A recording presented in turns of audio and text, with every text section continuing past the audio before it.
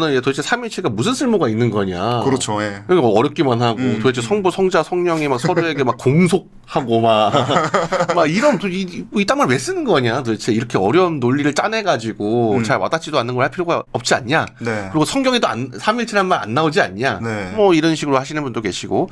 근데 삼위일체가 가르치고자 하는 거는 제가 보기에는 어떤 면에서는 굉장히 아주 가장 그 기독교의 기본적인 고백, 창조주 하나님께서 우리를 위하여 이 땅에 예수 그리스도를 보내셨고 예수 그리스도께서 사셨고 죽으셨고 부활하신 뒤에도 성령으로서 우리와 함께 활동하고 계시고 당신의 목적을 위해서 끊임없이 당신의 역사를 진행하고 나가신다. 이거를 이야기하기 위해서. 네.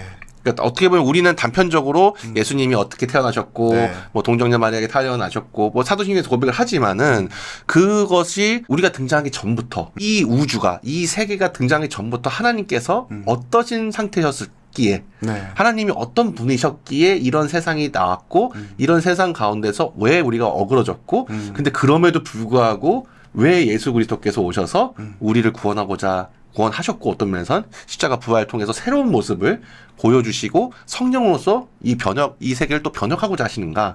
그 전체 그림을 일관되게 그리고 나갈 때 우리는 사실상 삼위일체적 사고를 할 수밖에 없어요. 그러니까 어떻게 보면 삼위일체가 전제되지 않고 네. 삼위일체적으로 사고하지 않고서 네. 기독교가 얘기하는 강론들을 얘기할 때 어떻게 그쵸. 보면 단편적으로밖에 볼 수 없는 그렇죠. 그런 부작용들이 일어나는군요. 그 논리 정연하게 알지는 못했지만 네. 어떤 순간에는 뭔가 이럴 때는 그리스도께서라고 표현해야 될 것 같고 그 우리 교회 가운데서 우리가 무슨 기도할 때 기도를 하다 보면 왠지 이 순간에는 성령님께 기도해야 될 것 같아. 왠지 이 순간에는 예수 그리스도의 이름으로 우리가 잘 모르겠지만 예수 그리스도의 이름으로 기도드린다고 네. 하잖아요. 네.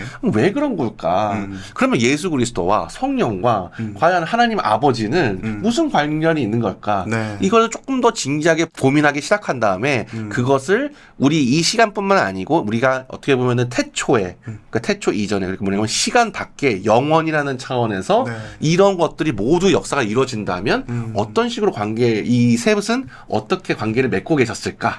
이렇게 한다면 우리는 삼위일체론을 왜 이렇게 중요한지 알 수 있고 당연히 간편하게 그냥 유일신이고 네. 유일신이 이렇게 하면 그냥 되는 거 아닌가?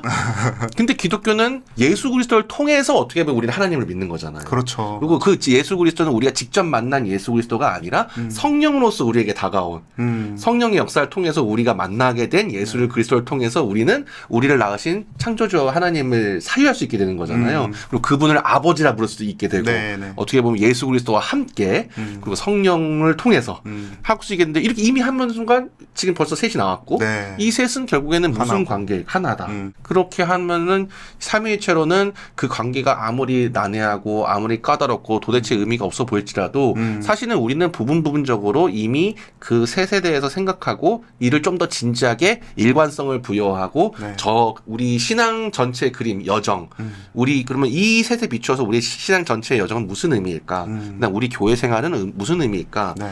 를 더 깊게 할 수 있는 굉장히 중요한 그리고 이른바 유대교라든지 다른 전 세계 여러 종교 그리스도교 굉장히 독특하고 유일무이하게 우리가 영혼과 시간을 아우르는 굉장히 독특한 복음을 선포하는 종교라고 할 수 있는 거는 바로 이 삼위일체 덕분이다. 그걸 알 수 있게 되는 거죠. 편집장님 말씀하시는 가운데 은연중에 네. 조금 드러난 그런 부분이 네. 이 신학 방법론과도 조금 네. 그러니까 이 스터닐로에가 얘기하는 어떤 부정의 길과 네. 긍정의 길이 서로 소통하고 조화가 이루어졌을 때 우리는 신비를 발견할 수 있게 된다라고 그쵸. 얘기하는 부분을 조금 네. 드러내신 것 같아요. 뭐 네. 우리가 완전히 알 수 없고 우리가 막 논리적으로 정연하게 다 얘기할 수는 없지만 우리는 그쵸. 이미 알고 있고 그렇죠. 우리가 알고 있지만 또 그거를 완전하게 다 표현할 수는 없고 그렇죠. 그러니까 부정의 길과 긍정의 네. 길이 서로 소통하고 조화를 이루면서 그 안에서 발견하게 되는 하느님의 신비 네. 우리 인간 존재의 어떤 목적과 네. 기원과 뭐 여러 가지를 다 포괄하는 그렇죠. 그런 것들이 다 삼위일체 안에 담겨 있다. 그렇죠. 왜냐하면 한편으로는 우리는 시간 속을 살아가는 존재니까 그리고 삼위일체가 또 어려운 이유는 네. 삼위일체 기본적으로 이른바 이제 신학을 공부하시면 알겠지만 내재적 삼위일체와 경륜적 삼위일체라고 하는데 경륜적 삼위일체를 통해서 어떻게 보면 내재적 삼위일체를 알게 되는 건데 그 언어는 사실 영혼의 차원에 관한 이야기잖아요.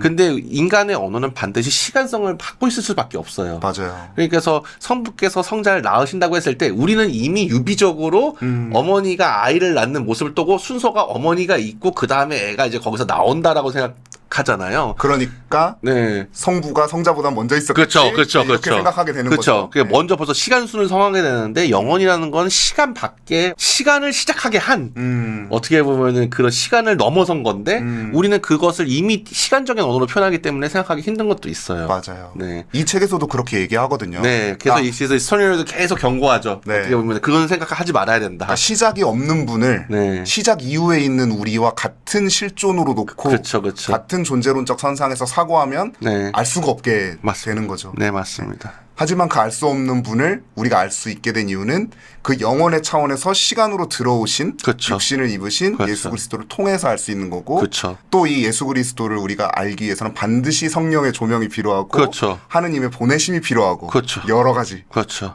그러니까 모든 게 다 삼위일체 안에서 그렇죠. 되는 거기 때문에 절대 간과할 수 없는 그렇죠. 것이다. 그리고 우리가 그 믿음을 통해서 하나님이 어떻게 보면 양자가 되고 자녀가 되고 네. 더 나아가서는 예수 그리스도처럼 어떻게 보면 하나님의 온전한 자녀가 되기까지의 과정이 바로 이 우리 전체 그리스도인의 신앙의 여정이다. 네. 이것을 알기 위해서는 그 삼위일체 구도를 반드시 알 수밖에 없다. 갑자기 이 얘기를 하고 싶어드네요. 체스터턴이 했던 얘기 같은데 우리가 하나님을 믿지 않게 되자 인간들은 아무거나 믿게 됐다고. 그걸 빌려서 말하자면은 현대인들은 영원이라는 것을 잃어버린 나머지 시간을 막 살게 된 것 같아요. 굉장히 역설적이지만 네. 기독교는 시간을 정말 우리가 시간 속에서 정말 인간답게 살기 위해서는 영원을 언제나 비추어서 네. 이 시간을 바라본다고 믿는 그런 종교라고도 할 수 있을 것 같거든요. 네. 그런 것들의 관계를 고민할 때 이 책이 굉장히 중요한 나침반이 될 수 있다고 저는 생각합니다.